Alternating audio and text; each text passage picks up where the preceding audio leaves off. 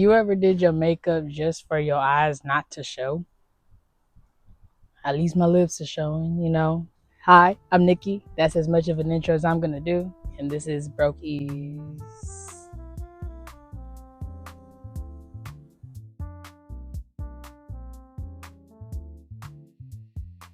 The idea for this documentary, I was really just sitting up at night for a long time. I have really bad insomnia and I sit up for hours. Sometimes I wake up at 11:59, 11:58, things like that.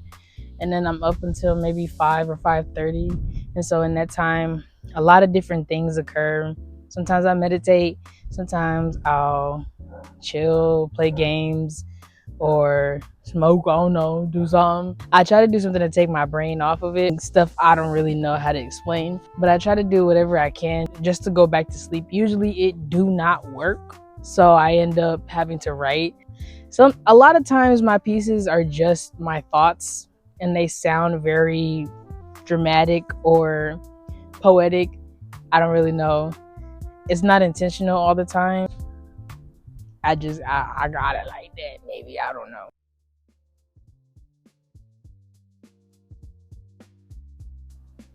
That's a very I feel like a lot of things can make somebody feel lonely. I don't think there's ever really one specific pinpointed thing. I mean, as a person with autism, it's not easy to socialize. So when those situations don't go well, you could be in a room full of people. You could be in a room full of people that you know. But if you miss a social cue, or if you, like, I don't know, have an off tone or something like that, it can feel isolating very quick.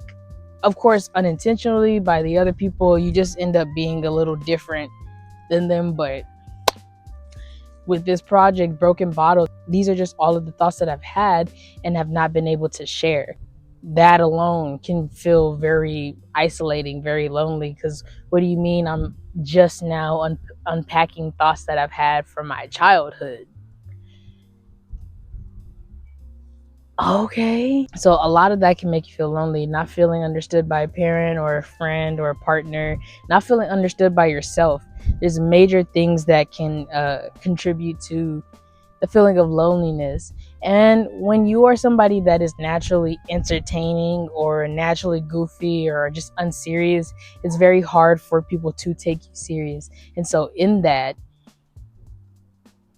you never really get to have a serious moment.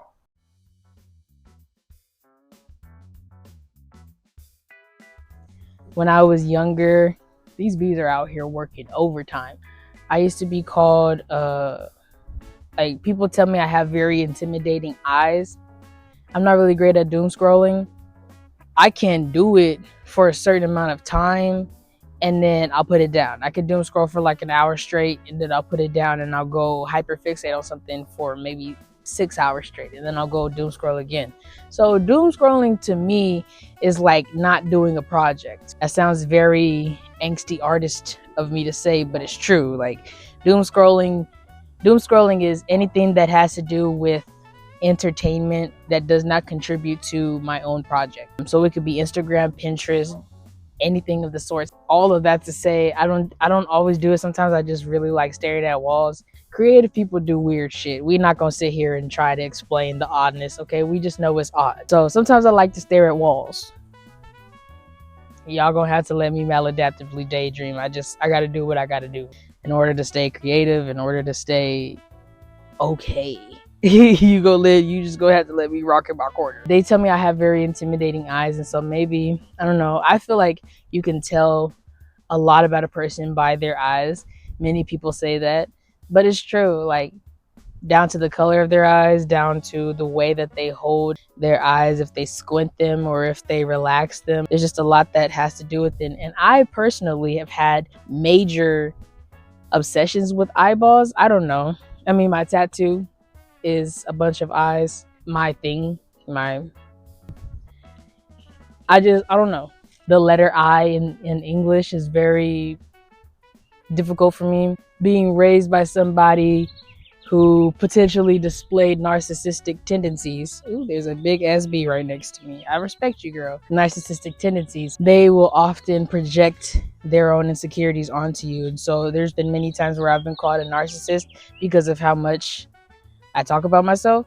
And it made me feel very uncomfortable to say I, the letter or word. I don't know what that is considered, but I. So I don't know. I've been told I've had intimidating eyes. I don't really know what that means. People can definitely tell how I feel by my eyes. I think that's just a lot of different feminine people, a lot of different neurodivergent people. You can just tell what's kind of going. We can't hide that. We mask already. Listen, you're just gonna have to find the face and figure it out.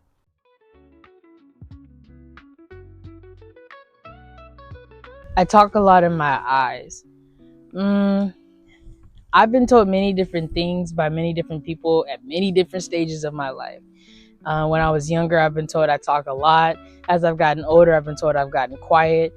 It really comes and goes depending on who I'm with. I think if I'm with people who I'm not as comfortable with, I definitely don't talk as much. But that kind of just sounds like, I don't know. I'm not big on small talk either. I don't do it. I really don't even engage in it. We either have a deep conversation about Bigfoot, about life, or about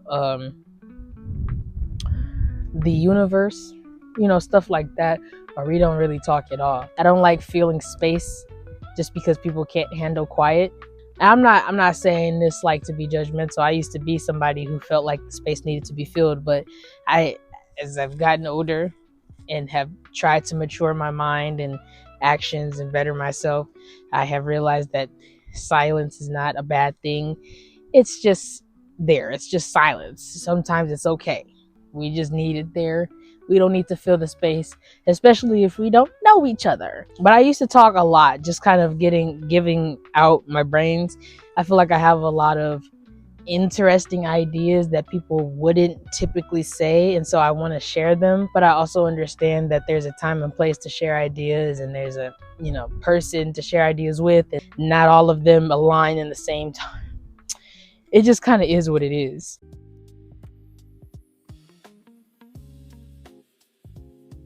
I feel like most people do.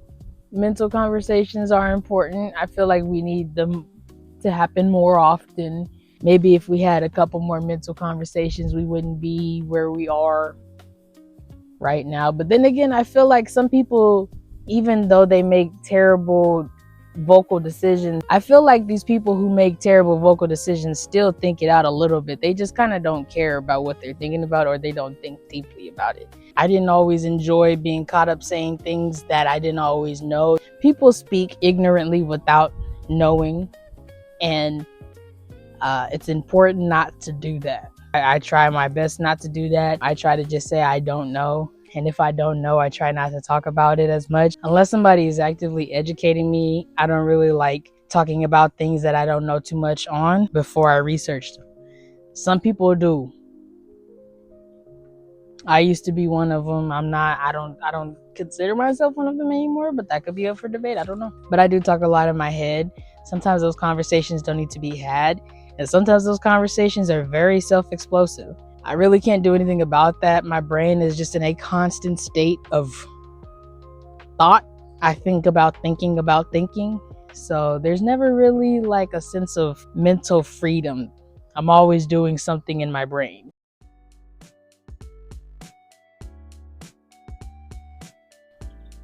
I do pull a lot of inspiration from sirens, but I also just pull inspiration from women in mythological stories or folklore. I think that their stories are something to be reckoned with. In my personal practices, I try to learn about every culture's folklore, from Hecate and Lilith to Sekhmet, even some of the Orishas. Although I'm not saying I work with the Orishas, I try to learn about just these different figures and understand what their story is, so that I could understand how to be more of a woman myself, more divinely woman myself. And sirens have a lot of different misinterpretations with their stories. People think that they eat people, that they hurt people and stuff like that, but they've been known to protect women from cheating men, basically protect women from men in general. And the men are not eaten when they are captured. The men are turned into servants to serve women after disservicing women. So I think that if we allowed more stories to be read where it wasn't told through a men's lens or the male perspective, I think there would be a little bit more liberation. Women would understand how much more power they have than what's being told.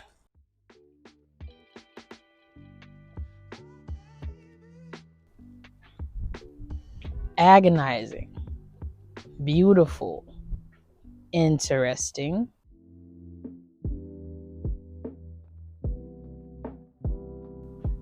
There is something very special within all of us, which is an inner child, and they really desperately want to come out and play.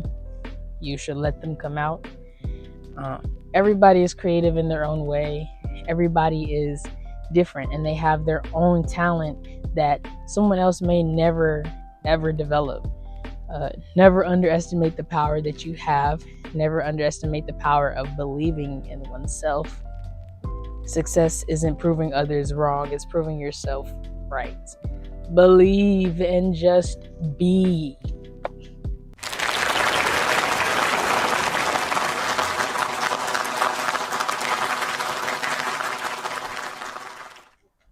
Featuring the bees.